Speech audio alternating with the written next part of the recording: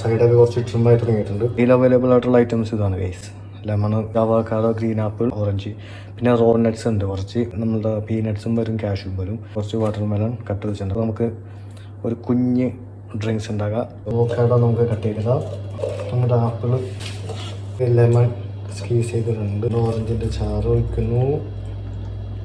So നമ്മുടെ watermelon ഇടാനായിട്ട് സ്ഥലമില്ല. ഒരു പ്രാവശ്യം ബ്ലെൻഡ് ചെയ്തിട്ട് വീണ്ടും റെഡിയാക്കാം.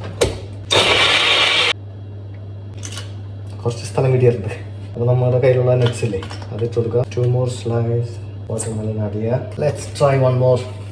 മോൺ, ഇത് ചിക്കൻ്റെ ഒരു ബ്രസ്റ്റ് പീസാണ്.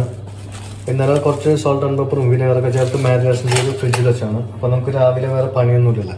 അപ്പോൾ നമുക്ക് ഇതെടുത്ത് ജസ്റ്റ് നമുക്ക് ആവശ്യമുള്ള ഇൻഗ്രീഡിയൻസ് ഒക്കെ ചേർത്തിട്ട് കുക്ക് ചെയ്തെടുത്താൽ മതി. അപ്പോൾ ഞാനിപ്പോൾ ഒരു full potato, full onion, then carrots, then garlic and ginger കുറച്ച് ചോപ്പ് ചെയ്ത് വെച്ചിട്ടുണ്ട്. ഇത്ര ഇട്ടിട്ട് ലോ ഫ്ലെയിം ഇട്ടിട്ട് സ്റ്റീം കുക്ക് ആക്കി എടുക്കും. നിങ്ങൾക്ക് ഇത് വേണമെങ്കിൽ അല്ല ഗ്രില്ല് ബേക്ക് ചെയ്യാൻ തുടങ്ങിയൊക്കെ ചെയ്യാം. സോ ഞാനിപ്പോൾ ഇത് ഈ സംഭവങ്ങളൊക്കെ ഇട്ടിട്ട് ജസ്റ്റ് ഈ ഒരു ചെറിയ പാനിൽ കുക്ക് ചെയ്തെടുക്കാൻ വേണ്ടി അത് സ്റ്റീം കുക്ക് ചെയ്യില്ല, ലോ ഫ്ലെയിം ഇട്ടിട്ട്.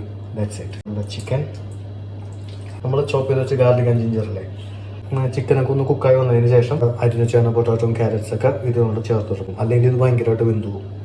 അടച്ചു വെക്കുന്നു. ദെൻ